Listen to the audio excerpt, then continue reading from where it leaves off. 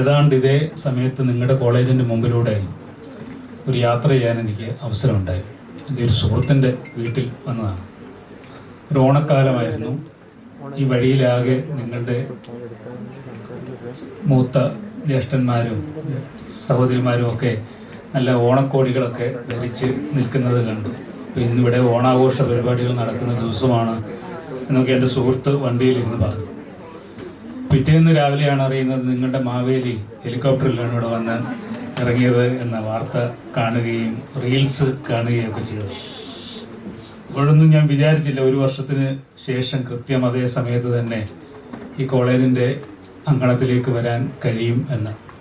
പക്ഷേ ജീവിതം അങ്ങനെയൊക്കെയാണല്ലോ, നമ്മൾ പ്രതീക്ഷിക്കാത്ത പല ഇടങ്ങളിലൂടെയാണ് നമ്മുടെ ഓരോ യാത്രകളും. PG ഡിപ്പാർട്ട്മെൻറ്റ് ഇത്തരത്തിലുള്ള ഒരു ലെക്ചർ സീരീസിൻ്റെ ഇനാഗുറൽ ചടങ്ങിലേക്ക് ക്ഷണിക്കുമ്പോൾ വളരെ ദൂരെ നിന്നാണ് വരേണ്ടത്. നിങ്ങൾക്കറിയാം, എൻ്റെ നാട് പത്തനംതിട്ടയാണ്.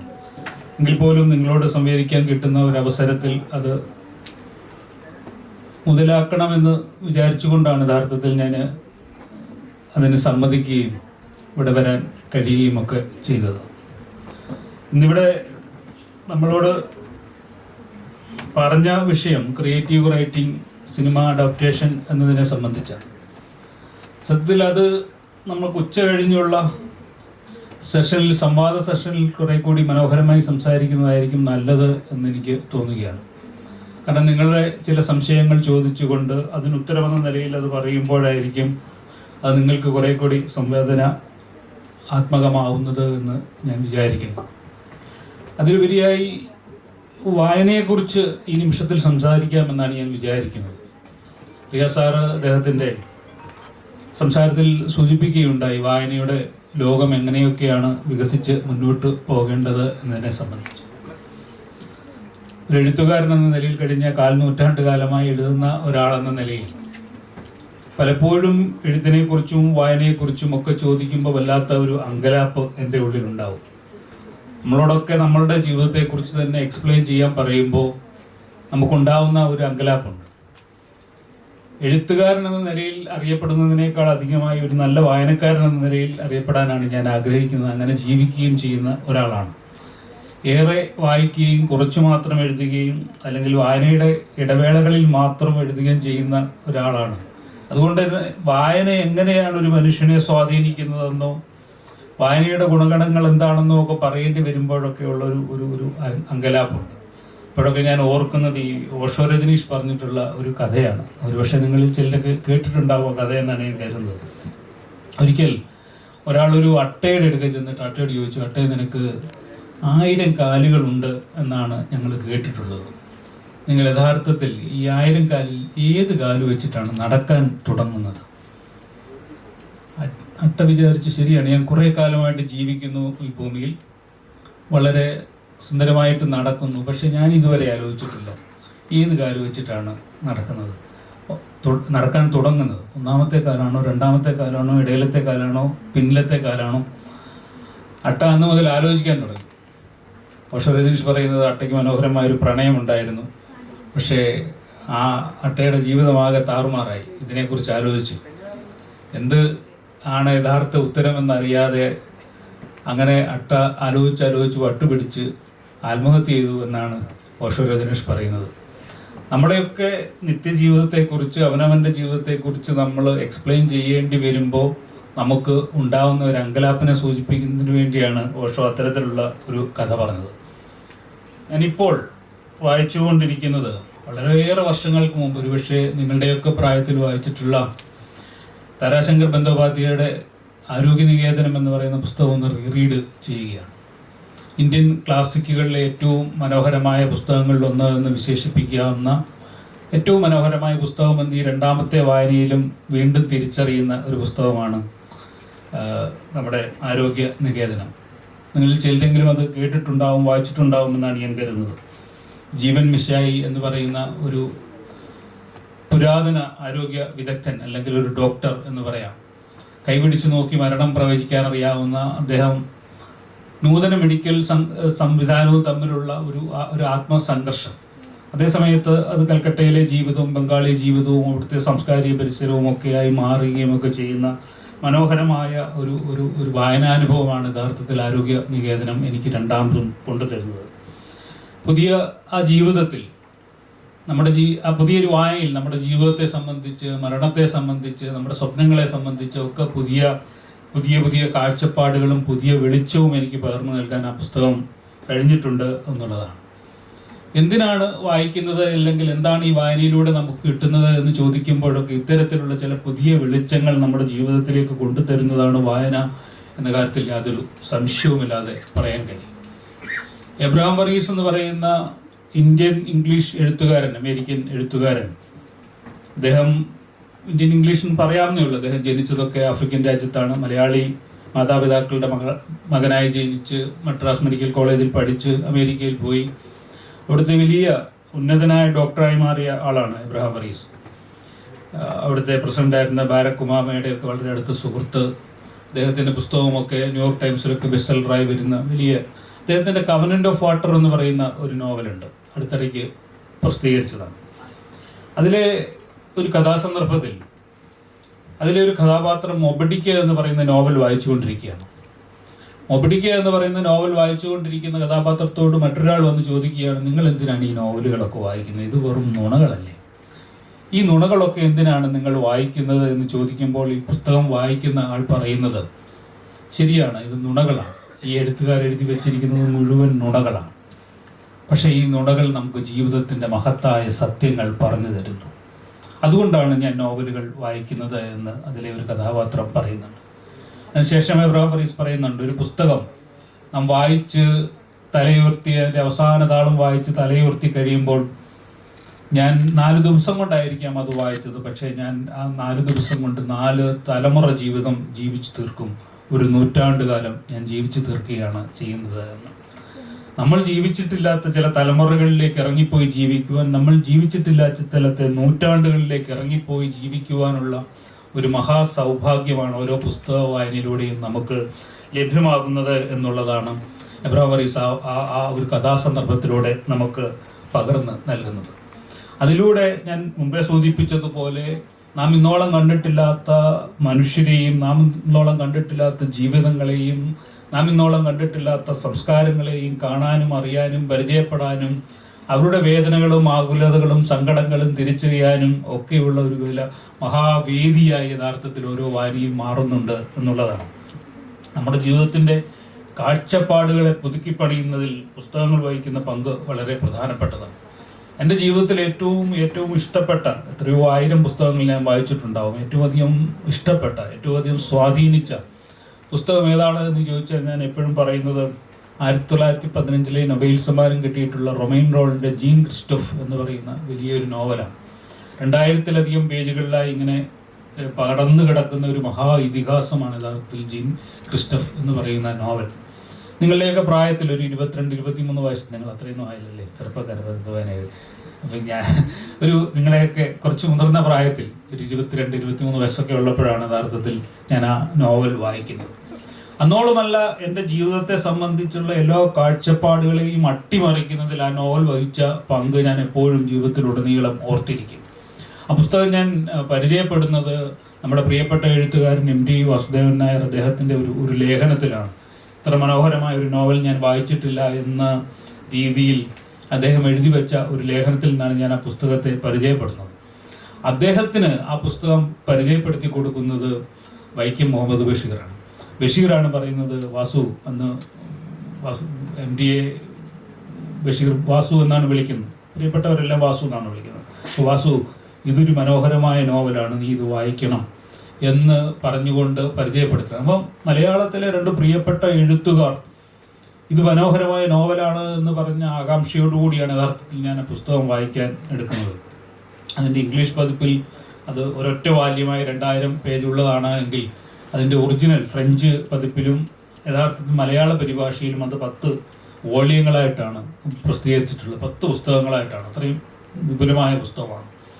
ആ പുസ്തകം ഞാൻ മുമ്പ് സൂചിപ്പിച്ചതുപോലെ നമ്മുടെ ജീവിതത്തിൻ്റെ ഉള്ള എല്ലാ കാഴ്ചപ്പാടുകളെയും അട്ടിമറിക്കുന്ന ഒരു പുസ്തകമാണ്. ആ പുസ്തകം ബേസ് ചെയ്തിരിക്കുന്നത് മഹാനായ സംഗീതജ്ഞൻ ബിഥോവൻ്റെ ജീവിതത്തെ ആസ്പദമാക്കിയാണ്. ബിഥോവൻ നിങ്ങൾക്കറിയാം, ലോകം കണ്ടെടുത്തുള്ള ഏറ്റവും വലിയ സംഗീതജ്ഞന്മാരിൽ ഒരാളാണ്. അദ്ദേഹത്തിൻ്റെ ജീവിതത്തിൻ്റെ ഏറ്റക്കുറച്ചിലുകൾ, ഉയർച്ചകൾ, താഴ്ചകൾ, വീഴ്ചകൾ, കണ്ണീരുകൾ, സങ്കടങ്ങൾ, പ്രയാസങ്ങൾ, തോൽവികൾ, ഇതിങ്ങനെ ഓരോ നിമിഷവും ആ പുസ്തകത്തിൻ്റെ ഓരോ ജീവിതത്തിൻ്റെ അടരുകളായി ഇങ്ങനെ പോയിക്കൊണ്ടിരിക്കുകയാണ്. അത് വായിക്കുമ്പോഴാണ് മനസ്സിലാവുന്നത് ജീവിതമെന്ന് പറയുന്നത് വെറുതെ എപ്പോഴും വിജയിക്കാൻ വേണ്ടിയുള്ളതല്ല എന്നും എപ്പോഴും സന്തോഷങ്ങൾ മാത്രം കിട്ടുന്നതല്ല എന്നും നമ്മൾ ഏറെ ആദരിക്കുകയും ബഹുമാനിക്കുകയും സ്നേഹിക്കുകയും ചെയ്യുന്ന, നമ്മൾ പുകഴ്ത്തുകയും ഒക്കെ ചെയ്യുന്ന മനുഷ്യരുടെ ജീവിതത്തിലും പരാജയങ്ങൾ ധാരാളമായി ഉണ്ട് എന്നും ഈ പരാജയങ്ങളെ എങ്ങനെയാണ് ഇവർ അഭിമുഖീകരിച്ച് മുന്നോട്ട് പോയത് എന്നും അവർ ജീവിതത്തിൻ്റെ ഒരു ഘട്ടത്തിൽ നമ്മൾ വിചാരിക്കുന്ന തരത്തിലുള്ള വിജയം കൈവരിച്ചത് എന്നും മനസ്സിലാക്കി തരുന്ന ഒരു മഹത്തായ പുസ്തകമാണ് ജീൻ ക്രിസ്റ്റഫ്. അതിലൊരു കഥാസന്ദർഭമുണ്ട്. അദ്ദേഹത്തിന് ബിഥോവന്റെ 48ാമത്തെ വയസ്സിൽ ഒരു ദിവസം അദ്ദേഹം ഉണർന്നെഴുന്നേൽക്കുമ്പോൾ തൻ്റെ കിടക്കമുറിയിലെ ക്ലോക്ക് പതിവ് പോലെ ചലിക്കുന്നുണ്ട്. പക്ഷെ അതെന്നും കേൾപ്പിച്ചിരുന്ന ഒരു ടിക് ടിക് ശബ്ദമുണ്ട്, സെക്കൻഡ് സൂചി ചലിക്കുന്നതിൻ്റെ. ആ ശബ്ദം ഇന്ന് കേൾക്കുന്നില്ല. തൻ്റെ ക്ലോക്കിന് എന്തോ പറ്റിയല്ലോ, എവിടെയെങ്കിലും കൊണ്ടുവന്ന് ആ ക്ലോക്ക് ഒന്ന് കാണിക്കണം എന്ന് വിചാരിച്ച് അദ്ദേഹം പതിവ് പോലെ പ്രഭാത സവാരിക്ക് വേണ്ടി ഇറങ്ങുന്നു. പ്രഭാത സവാരിക്ക് വേണ്ടി ഇറങ്ങി റോഡിലെത്തുമ്പോൾ അവിടെ ഒരു ഇരുമ്പ് കടയുടെ മുമ്പിൽ നിന്ന് ഒരാൾ ഒരു ഇരുമ്പ് കൂടം കൊണ്ട് ഇരുമ്പ് കമ്പിയിൽ അടിച്ചുകൊണ്ടിരിക്കുകയാണ്. അത്ഭുതമെന്ന് പറയട്ടെ, അതിൽ നിന്ന് ശബ്ദമൊന്നും പുറത്തു വരുന്നില്ല, ഈ കാഴ്ച മാത്രമേ ഉള്ളൂ. അദ്ദേഹത്തിന് ഭയങ്കര സംശയമായി, ലോകത്തിന് എന്തോ സംഭവിച്ചിട്ടുണ്ടല്ലോ എന്ന് കരുതി അദ്ദേഹം എല്ലാ ദിവസവും പോകുന്ന ദേവാലയത്തിൻ്റെ മുമ്പിൽ ചെല്ലുമ്പോൾ ആ ദേവാലയത്തിൻ്റെ മണി ഇങ്ങനെ ചലിക്കുന്നുണ്ട്, അതിൽ നിന്നും ശബ്ദമൊന്നും പുറപ്പെട്ട് വരുന്നില്ല. അദ്ദേഹം ഒരു നിമിഷം ധരിച്ചിരുന്നിട്ട് പെട്ടെന്ന് ആ ദേവാലയത്തിൻ്റെ ഉള്ളിലേക്ക് ഓടിക്കയറുകയാണ്. അദ്ദേഹത്തിന് അപ്പോഴാണ് മനസ്സിലാവുന്നത് പറ്റിയത് ലോകത്തിനല്ല എന്നും തൻ്റെ കാതുകൾ കാണുക എന്നും തൻ്റെ കേൾവി ശക്തി എന്നേക്കുമായി നശിച്ചു പോയിരിക്കുന്നുവെന്നും അദ്ദേഹം തിരിച്ചറിയുകയാണ്. നമ്മളൊക്കെയാണ് ആ സന്ദർഭത്തെ നേരിടുന്നത് എങ്കിൽ നമ്മുടെ ജീവിതത്തിൽ ഏറ്റവും സർഗാത്മകമായ കഴിവിന് ഉപയോഗപ്രദമായ ഒന്ന് നശിച്ചു പോയിരിക്കുന്നു എന്ന ഘട്ടത്തിൽ നമ്മൾ എങ്ങനെ പ്രതികരിക്കുമായിരുന്നു എന്ന് നമ്മൾ ആലോചിക്കേണ്ടതുണ്ട്. ഒരു ഓട്ടക്കാരനാണ് നിങ്ങളെ എങ്കിൽ, നിങ്ങളുടെ കാലുകൾക്കൊരു വേദനയുണ്ട് എങ്കിൽ, നിങ്ങളൊരു ചിത്രം വരയ്ക്കുന്ന ആളാണ് എങ്കിൽ, നിങ്ങളുടെ വിരലുകൾക്ക് എന്തെങ്കിലും ഒന്ന് സംഭവിച്ചുവെങ്കിൽ, നിങ്ങൾ നല്ല പഠിക്കുന്ന ഒരാളാണ്, നിങ്ങളുടെ ഓർമ്മശക്തിക്ക് എന്തോ പെട്ടെന്ന് ഒരു തകരാറ് വന്നു എന്ന് വിചാരിച്ച് നമ്മളാകെ തളർന്ന് വീണ് കരഞ്ഞ് ജീവിതമേ നഷ്ടപ്പെട്ടു പോയി എന്ന് വിചാരിച്ച് നമ്മൾ കരഞ്ഞിരിക്കുമെങ്കിൽ, സങ്കടപ്പെടുമെങ്കിൽ, ജീവിതത്തിൽ നിരാശയിലേക്ക് കൂപ്പുകൊത്തുമെങ്കിൽ, ബിഥോവൻ അന്നേ ദിവസം ആ ദേവാലയത്തിൻ്റെ മുമ്പിലേക്ക് ഓടിച്ചെന്ന് അൾത്താരയുടെ മുമ്പിൽ മുട്ടുകുത്തിയിട്ട് പ്രാർത്ഥിക്കുന്നത്, ദൈവമേ, കഴിഞ്ഞ 48 വർഷക്കാലം എനിക്ക് ഈ ലോകത്തിൻ്റെ ശബ്ദം കേൾക്കാൻ കഴിഞ്ഞതിൽ ഞാൻ അങ്ങയോട് നന്ദി പറയുന്നു എന്നാണ്. ഒരു പ്രശ്നമുണ്ടാവുമ്പോൾ, ഒരു പ്രതിസന്ധി ഉണ്ടാവുമ്പോൾ, ജീവിതം ഒരു വലിയ വീഴ്ചയിലേക്ക് വീഴുമ്പോൾ എങ്ങനെയാണ് നമ്മളതിനെ നേരിടുന്നത് എന്നതിൻ്റെ ഒരു വലിയ ഉദാഹരണമായി ആ കഥാസന്ദർഭം മാറുകയാണ് ചെയ്യുന്നത്. ഇത് നമ്മുടെ ജീവിതത്തിനൊരു വലിയ പാഠമായി മാറുന്നു.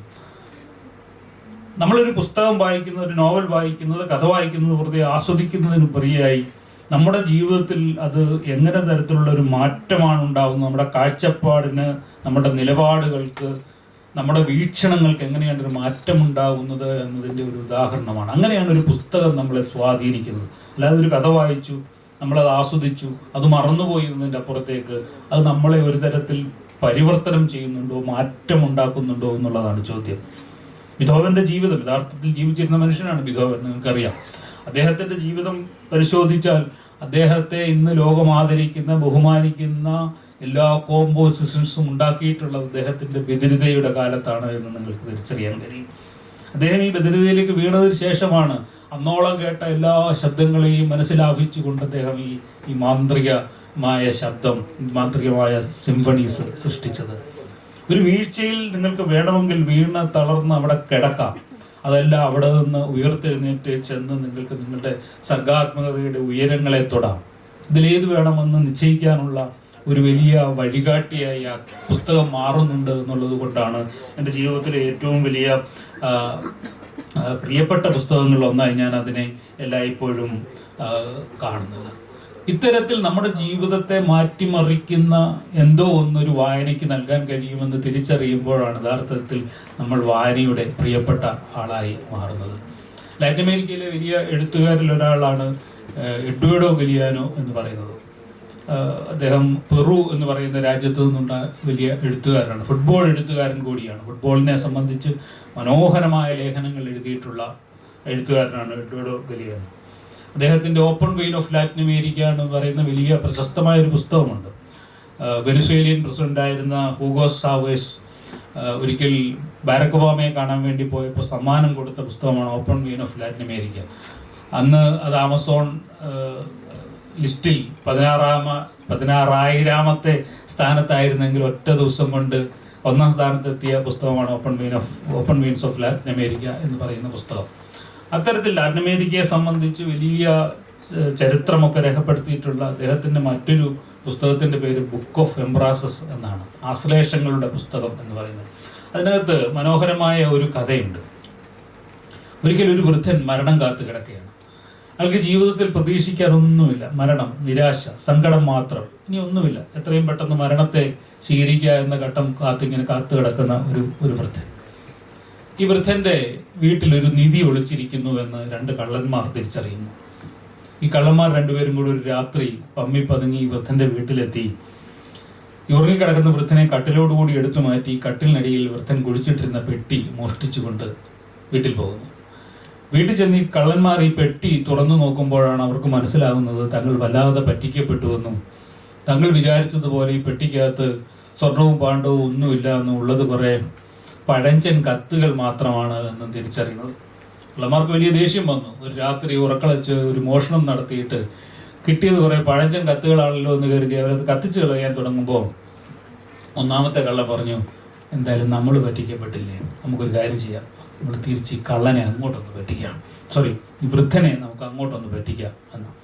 കള്ളന്മാർ 2 പേരും കൂടി ഈ കത്തുകൾ ഓരോന്നായി എടുത്തിട്ട് ഒരു വർണ്ണക്കടലാസിലൊക്കെ പൊതിഞ്ഞ് അതിൻ്റെ മുകളിൽ ചിത്രമൊക്കെ വരച്ചിട്ട് വൃദ്ധൻ്റെ അഡ്രസ്സ് എഴുതി അങ്ങോട്ട് അയച്ചു കൊടുത്തു.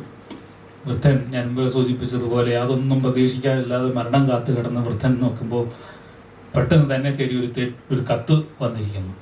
അദ്ദേഹം അത് പൊളിച്ചു വായിച്ചു നോക്കുമ്പോഴാണ് മനസ്സിലാവുന്നത് ഇത് തൻ്റെ കാമുകി തനിക്ക് തൻ്റെ യൗവനത്തിൽ അയച്ച കത്താണ് എന്നും ഇത് താൻ ആരോരും അറിയാതെ എൻ്റെ കട്ടിലിനടിയിൽ കുഴിച്ചിട്ടതാണ് എന്നും തിരിച്ചറിയുന്നത്.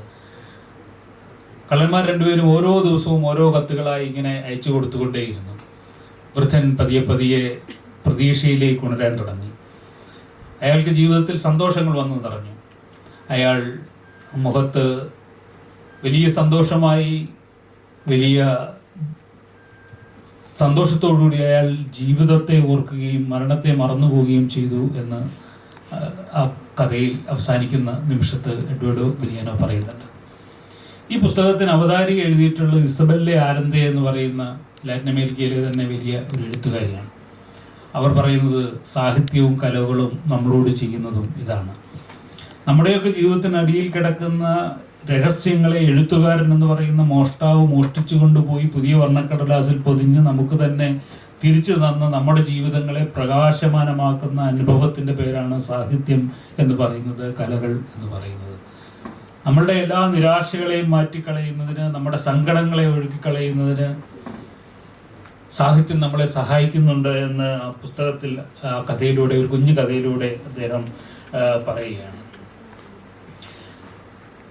ഈ പുസ്തകത്തിൽ തന്നെ മറ്റൊരു കഥയുണ്ട്. വളരെ ചെറിയ ചെറിയ കഥകളുടെ ഒരു സമാഹാരമാണത്. വളരെ രസമുള്ള ഒരു പുസ്തകമാണ് ബുക്ക് ഓഫ് എംബ്രാസസ് എന്ന് പറയുന്നത്. അതിൽ ഡീഗോ എന്ന് പറയുന്ന ഒരു പയ്യൻ അച്ഛനെയും കൂട്ടിക്കൊണ്ട് കടൽ കാണാൻ പോവുകയാണ്. ആദ്യമായി കടൽ കാണാൻ പോകുമ്പോൾ 2 പേരും കൂടി കടലിൻ്റെ മുമ്പിൽ ചെന്നിട്ട് അച്ഛനോട് ഈ കുഞ്ഞു പറയുന്ന ഒരു വാചകം, ഇതൊന്ന് നോക്കിക്കാണാൻ എന്നെ സഹായിക്കൂ എന്നാണ്. ഈ കടൽ എന്നെ ഒന്ന് നോക്കിക്കാണാൻ സഹായിക്കൂ എന്നാണ്. അത്രയേ ഉള്ളൂ ആ കഥ. എന്താണ് ആ കഥ ലക്ഷ്യം വെക്കുന്നത് അല്ലെങ്കിൽ അർത്ഥമാക്കുന്നത് എന്ന് ചോദിച്ചു കഴിഞ്ഞാൽ, കലയും സാഹിത്യവും നമ്മളെ സഹായിക്കുന്നത് ജീവിതമെന്ന് പറയുന്ന മഹാസാഗരത്തെ നോക്കിക്കാണാൻ അത് നമ്മളെ സഹായിക്കുന്നു എന്നുള്ളതാണ്. ഇതൊരു അനന്ത വിസ്മയമായ ഒന്നാണ്. നമ്മുടെ ജീവിതം, നമ്മുടെ ലോകം, നമുക്ക് ചുറ്റുമുള്ള ചുറ്റുപാടുകൾ, സംഭവ വികാസങ്ങൾ ഭയങ്കര വിസ്മയമുളവാക്കുന്നതും അനന്തവും അവർണ്ണനീയമായ ഈ ഒന്നിനെ ഒന്ന് മനസ്സിലാക്കി തരാനാണ് യഥാർത്ഥത്തിൽ കഥകൾ നമ്മളെ സഹായിക്കുന്നത് എന്ന്, ഈ സങ്കീർണമായ ലോകത്തെ ഒന്ന് മനസ്സിലാക്കാൻ അത് നമ്മളെ സഹായിക്കുന്നുവെന്ന് പറയുകയാണ്. 2ാമത് ആ കഥ നമ്മളോട് പറയുന്നത് ശീലങ്ങൾ കാരണം നമ്മുടെ ഉള്ളിൽ നിന്ന് നഷ്ടപ്പെട്ടു പോയ കൗതുകങ്ങളെ അത് തിരിച്ചു വിളിക്കുന്നു എന്നുള്ളതാണ്. പലതരത്തിൽ ഉള്ള ജീവിതത്തിൻ്റെ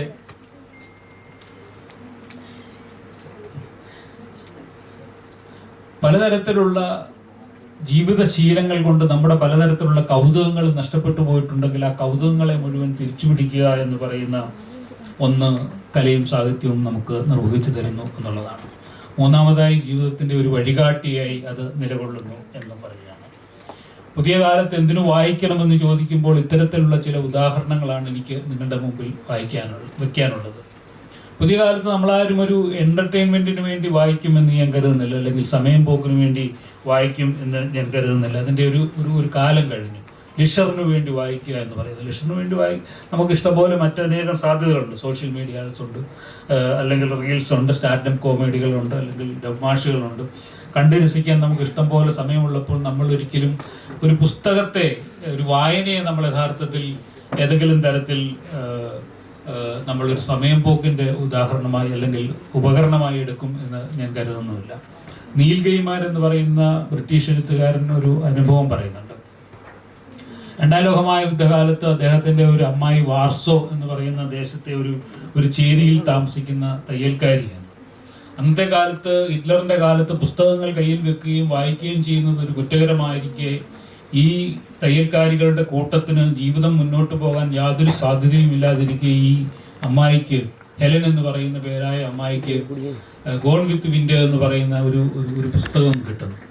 ഇവരെല്ലാ ദിവസവും രാത്രി പട്ടാളക്കാരുടെ എല്ലാ പ്രതിഷേധങ്ങളെയും അല്ലെങ്കിൽ അവരുടെ അടിച്ചമർത്തലുകളെയും അതിജീവിച്ചുകൊണ്ട് രാത്രി മെഴുകുതിരി വട്ടത്തിൽ ഇരുന്നുകൊണ്ട് ഈ ഗോൺ വിത്ത് വിൻഡ് എന്ന് പറയുന്ന പുസ്തകം വായിക്കുകയും പിറ്റേന്ന് രാവിലെ തൻ്റെ കൂടെ ജോലി ചെയ്യുന്ന സഹപ്രവർത്തകർക്ക് ഈ കഥ പറഞ്ഞു കൊടുക്കുകയും ചെയ്യുന്നു. നീൽ ഗെയ്മാൻ പറയുന്നത് രണ്ടാം ലോക മഹായുദ്ധകാലത്തിൻ്റെ 6 വർഷക്കാലവും ആ അമ്മായിയും സുഹൃത്തുക്കളും ഈ യുദ്ധത്തിൻ്റെ ഭീകരതയും ഏകാധിപത്യത്തിൻ്റെ ഭീകരതയും അതിജീവിച്ചത് ഈ കഥയുടെ ബലത്തിലാണ് എന്ന്. അതുകൊണ്ട് നീൽ ഗെയ്മാൻ പറയുന്നത്, ഞാൻ ഒരിക്കലും കഥകൾ എഴുതുന്നത് ആരുടെയെങ്കിലും ലിഷറിന് വേണ്ടിയല്ല, മറ്റു ചിലരുടെ ജീവിതങ്ങൾ നിലനിർത്തുന്നതിന് വേണ്ടിയാണ്, അവരെ മരണത്തിൽ നിന്ന് രക്ഷപ്പെടുത്തുന്നതിന് വേണ്ടിയാണ് എന്ന് അദ്ദേഹം പറയുന്നുണ്ട്. നമ്മൾ പുസ്തകങ്ങൾ വായിക്കുന്നത് ഏതെങ്കിലും ഒരു ലിഷറിന് വേണ്ടിയല്ല എന്നും നമ്മൾ തന്നെ നേരിടാനിടയുള്ള മരണത്തിൻ്റെതായ പലതരത്തിലുള്ള സാധ്യതകളിൽ നിന്ന് നമുക്ക് മോചനം പ്രാപിക്കാനാണ് എന്നുമുള്ള ഒരു ബോധ്യം നമുക്കുണ്ട് എങ്കിൽ പുസ്തകവായന നമുക്ക് വളരെ ഗൗരവമുള്ള ഒന്നായിത്തീരും. ഞാൻ ഇന്നോളം വായിച്ചിട്ടുള്ളതിൽ വെച്ച് ഏറ്റവും തീക്ഷ്ണമായ ആത്മകഥകളിൽ ഒന്ന് മെലിക ഒഫ്കീർ എന്ന് പറയുന്ന ഒരു പെൺകുട്ടി എഴുതിയിട്ടുള്ള ലാ പ്രിസണർ എന്ന് പറയുന്ന പുസ്തകമാണ്. മെലിക ഒഫ്കീർ മൊറോക്കയിലെ സർവ്വസൈന്യാധിപന്റെ മകളായിരുന്നു. അന്ന് മലിക ഒഫ്കീർ ജനിച്ച ഏതാണ്ട് 18-ാം വയസ്സുവരെ മലിക ഒഫ്കീർ എന്ന് പറയുന്ന പെൺകുട്ടി ജീവിച്ചത് അവിടുത്തെ രാജാവിൻ്റെ കൊട്ടാരത്തിൽ രാജകുമാരിയെ പോലെയാണ്, രാജകുമാരിമാരുടെ ഒപ്പമാണ്. കാരണം സർവ്വ സൈന്യാധിപന്റെ മകളായിരുന്നു. പക്ഷേ 1972 നടന്ന ഒരു പട്ടാള അട്ടിമറി ശ്രമത്തിന് തുടർന്ന് മലിക ഒഫ്കീറിൻ്റെ അച്ഛൻ കൊല്ലപ്പെടുകയും മലിക ഒഫ്കീർ ഉൾപ്പെടെയുള്ള അവരുടെ കുടുംബം മുഴുവൻ മരുഭൂമിയിലെ ഒരു തടവറയിൽ, ഏകാന്ത തടവറയിൽ ജയിലിൽ ആവുകയും ചെയ്യുകയാണ്. മല്ലിക ഒഫ്കീറും അമ്മയും 5 സഹോദരന്മാരും 2 വേലക്കാരികളും ഒരു കസിനും ഒരു കുടുംബ സുഹൃത്തും അടങ്ങുന്ന ഒരു വലിയ സംഘം മരുഭൂമിയിലെ ഏകാന്തമായ തടവറയിൽ 5 മുറികളിലായി അടക്കപ്പെടുകയാണ്. പിന്നെ തുടർന്ന് 20 വർഷക്കാലം അവർ ആ ഏകാന്ത തടവറയിലാണ് ജീവിക്കാൻ വിധിക്കപ്പെട്ടത്. അതിൽ മലിക ഒഫ്കീറിൻ്റെ ഏറ്റവും ഇളയ സഹോദരന് 2 വയസ്സുള്ളപ്പോഴാണ് യഥാർത്ഥത്തിൽ അവർ ജയിലിലേക്ക് പോകുന്നത്. പിന്നീട് അപ്പം 22-ാമത്തെ വയസ്സുള്ളപ്പോഴാണ് അവർ സാഹസികമായി തുരങ്കത്തിൽ ജയിലിനുള്ളിൽ ഒരു തുരങ്കം സൃഷ്ടിച്ച് അവർ രക്ഷപ്പെടുന്നത്. അവരുടെ കയ്യിലുണ്ടായിരുന്ന സ്പൂണും ഫോർക്കും മാത്രം ഉപയോഗിച്ചുകൊണ്ട് നീണ്ട 20 വർഷക്കാലം കൊണ്ട് കഠിനാധ്വാനം ചെയ്ത് ഒരു തുരങ്കം ഉണ്ടാക്കുകയും അവരതിലൂടെ രക്ഷപ്പെടുകയും ചെയ്തതിൻ്റെ ചരിത്രമാണ് മലിക ഒഫ്കീർ പറയുന്നത്. സ്റ്റോൺ ആൻഡ് ലൈഫ് എന്ന പേരിലും ആ പുസ്തകം പുറത്തിറങ്ങിയിട്ടുണ്ട്. ഞാൻ പറയാൻ വന്നത് എന്താണെന്ന് ചോദിച്ചാൽ, മലിക ഒഫ്കീർ ആ പുസ്തകത്തിൽ പറയുന്നത് ഈ 20 വർഷവും ഞങ്ങളുടെ ജീവിതത്തെ അതിജീവിച്ചത്, മരണത്തെ അതിജീവിച്ചത് ഞങ്ങൾ കഥ പറഞ്ഞുകൊണ്ടായിരുന്നു എന്നാണ്. ഞങ്ങൾ 5 വ്യത്യസ്ത മുറികളിലായിട്ടാണ് കിടക്കുന്നത്. ഞങ്ങൾക്ക് ഒരിക്കലും പരസ്പരം കാണാൻ കഴിഞ്ഞിട്ടില്ല. 20 വർഷവും ഞാൻ എൻ്റെ അമ്മയെ കണ്ടിട്ടില്ല, എൻ്റെ സഹോദരങ്ങളെ കണ്ടിട്ടില്ല. പക്ഷേ ഞങ്ങൾക്ക് പരസ്പരം അതിനപ്പുറത്ത് അവരുണ്ട് എന്നും അവരുടെ ശബ്ദം കേൾക്കാൻ കഴിയുമായിരുന്നു എന്നുമാണ്. ഞങ്ങൾ ഓരോരുത്തരും ഒന്നും ചെയ്യാനില്ല, ഏകാന്തമായ തടവറയിൽ ജീവിക്കുകയാണ്. ഞങ്ങൾ ഓരോ ദിവസവും രാവിലെ ഉണർന്നെഴുന്നേറ്റ് പട്ടാളക്കാർ കൊണ്ടുവെക്കുന്ന ആഹാരം കഴിച്ചതിന് ശേഷം രാവിലെ ഉണർന്നെഴുന്നേറ്റ് ഒരു കഥ പറയാൻ തുടങ്ങും. ഞാൻ ഈ മുറിയിൽ നിന്നൊരു കഥ പറയും, അപ്പുറത്തെ മുറിയിൽ നിന്ന് അത് കേട്ടിട്ട് അമ്മ ആ കഥ പൂർത്തീകരിക്കും. അവിടുന്ന് സഹോദരൻ മറ്റൊരു കഥ പറയും. ഞങ്ങൾ ഇങ്ങനെ 20 വർഷം തുടർച്ചയായി കഥ പറഞ്ഞ് ഞങ്ങൾ ഞങ്ങളുടെ ജീവനെ പിടിച്ചു നിർത്തി എന്ന്. കഥകൾ എങ്ങനെയാണ് മനുഷ്യന്റെ ജീവനെ പിടിച്ചു നിർത്തുന്നത് എന്നതിൻ്റെ ഏറ്റവും വലിയ ഉദാഹരണമായി അത് മാറുന്നുണ്ട്. നമുക്ക് ജീവിതത്തിൽ പലതരത്തിലുള്ള പ്രശ്നങ്ങൾ ഉണ്ടാവാം, പ്രതിസന്ധികൾ ഉണ്ടാവാം, കുടുംബത്തിൽ നിന്നുള്ള വൈഷമ്യങ്ങൾ ഉണ്ടാവാം, ദാമ്പത്യത്തിലുള്ള പ്രശ്നങ്ങൾ ഉണ്ടാവാം, സമൂഹത്തിൽ നിന്നുള്ള പരിഹാസങ്ങൾ ഉണ്ടാവാം. ഇതൊക്കെ ഉണ്ടാവുമ്പോൾ നമുക്കതിനെ നേരിടാനുള്ള ഒരു ആത്മബലമായ ഒരു മിന്നൽ വെളിച്ചം പോലെ നമ്മുടെ ഉള്ളിലേക്ക് വരേണ്ട ഒന്നാണ് ഓരോ കഥകളും എന്ന് പറയുന്നത്. ഈ കഥകളിൽ ഓരോരുത്തരുടെയും കടന്നു പോകുമ്പോൾ നമ്മൾ അനുഭവിക്കുന്ന ഒരു തിരിച്ചറിവുണ്ട്. ഈ തിരിച്ചറിവിനെ നമ്മൾ എത്തിപ്പിടിക്കുമ്പോഴാണ് യഥാർത്ഥത്തിൽ കഥ നമ്മുടെ ഉള്ളിൽ പ്രവർത്തിക്കുന്നത് എന്ന കാര്യത്തിൽ യാതൊരു സംശയവുമില്ല. പുതിയ കാലത്ത് വായിക്കുന്നത് ഡേറ്റകൾ ശേഖരിക്കുന്നതിന് വേണ്ടിയല്ല. ഞങ്ങളുടെയൊക്കെ കാലത്ത് അങ്ങനെ ഉണ്ടായിരുന്നു. ബർമുഡ ട്രയാങ്കിൾ എവിടെയാണ് അമേരിക്കയുടെ 1ാമത്തെ പ്രസിഡന്റ് ആരായിരുന്നു, വിയറ്റ്നാം യുദ്ധം നടന്നതെന്നാണ് കുറേ ഡേറ്റകൾ ഇങ്ങനെ ശേഖരിച്ചു വെക്കുക. പുതിയ കാലത്ത് ആ ഡേറ്റ കൊണ്ട് വലിയ കാര്യമൊന്നുമില്ല. വേണമെങ്കിൽ PSC പരീക്ഷയ്ക്ക് നമുക്ക് തയ്യാറാക്കാവുന്ന വല്ല ക്വിസ് മത്സരത്തിലും പങ്കെടുക്കാമെന്നല്ലാതെ നമ്മുടെ ജീവിതത്തിൽ പ്രത്യേകിച്ച് കൊണ്ട് കാര്യമൊന്നുമില്ല. എല്ലാ ഡേറ്റകളും എല്ലാ കാര്യങ്ങളും യഥാർത്ഥത്തിൽ നമ്മുടെ വിരൽത്തുമ്പിൽ ലഭ്യമായിരിക്കെ നമ്മൾ ഇത്തരത്തിൽ ജീവിതത്തിന് പുതിയ നിറവ് സ്വീകരിക്കുന്നതിന് വേണ്ടി, നമ്മുടെ ജീവിതത്തെ കൂടുതൽ മെച്ചപ്പെടുത്തുന്നതിന് വേണ്ടിയാണ് നമ്മൾ ഓരോ കഥകളിലൂടെയും കടന്നു പോകേണ്ടത് എന്നുള്ളതാണ്.